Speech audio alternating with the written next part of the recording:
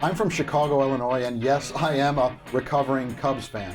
Now there's an organization that needs some serious motivation.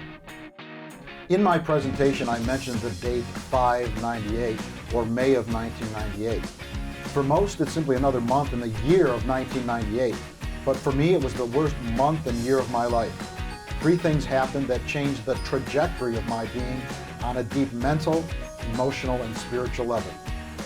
First, my dad fell out of a 3rd floor window to his death. He didn't jump. I had a severe drug and alcohol problem.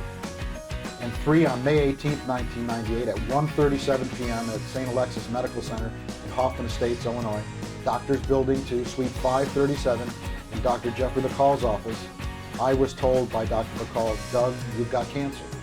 My first reaction to the C word was the D word of denial. I then recognized that tomorrow's promised to no one, and the only way out is through. I was on that hedonistic treadmill, trying to win the more game. More stuff, bigger cars, more money, but I recognized how futile that was. I needed to recalibrate my thinking, my life, and get through this experience, but became a better person, and recognized deep down that motivation was a key part to my recovery. After I recovered from cancer, and I really focused on the trajectory of my being, because I was on that hedonistic treadmill, the more game, wanting to bigger house, car, more money, fancy clothes, I recognized how hollow and futile that focus was.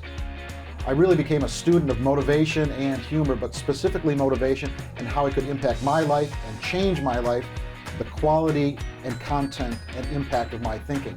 And I boiled it down through my research to one question relative to motivation, the only question that you'll ever have to ask yourself relative to motivation. What would you do if you had only 90 days to achieve your goal, or you would lose that which you cared about most forever?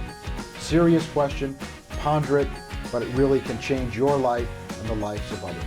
The messages I share with my audiences and students relative to motivation and living a fully self-actualized and productive life is to find what you love to do and do it for the rest of your life. Since I followed my own inner voice and stopped working for someone else and started speaking full-time professionally 10 years ago, I haven't worked another day in my life. My vocation is my avocation. We've impacted and trained over 1 million people on 5 continents, from Singapore to South Africa to China. We'd love the opportunity to train, impact, and motivate your team. Thank you very much.